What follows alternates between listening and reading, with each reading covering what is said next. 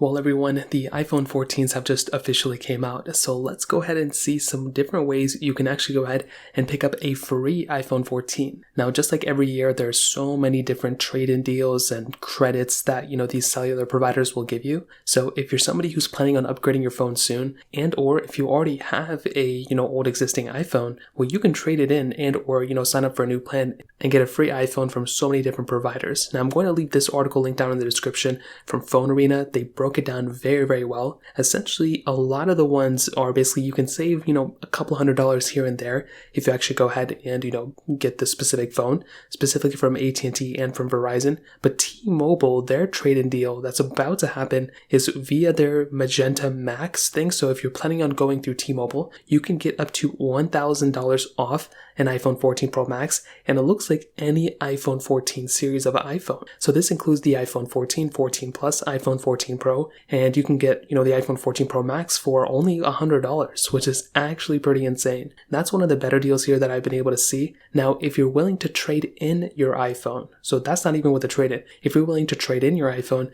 this is a little bit of a different story. If you have a qualifying iPhone, again, they don't really showcase which ones are qualified now, but I'm sure if you own like the iPhone 13 or iPhone 12, you can possibly trade in those iPhones to actually potentially get a free iPhone 14 Pro from AT&T. So that is another really cool thing. Now, Verizon also has a trade-in value as well as T-Mobile, and I'm sure some other massive carriers, and I believe Apple actually mentioned during their keynote that there were some pretty big trade-in deals that they were going to start offering. And this is going to make the most amount of sense this year, mostly because Apple, as big of a company as they are, they now switched over to eSIM. So you're going to have to talk to your cellular provider anyway if you're coming from a regular SIM card in order to convert it to an eSIM. So it's probably something to keep in mind. You might as well trade in your old iPhone anyway. Now, on top of that, it looks to be that if you're planning on buying any used iPhone right now, it may even make sense to buy a used iPhone 13 or a used iPhone 12 and then go ahead and trade that specific iPhone in to pick up one of the newer devices.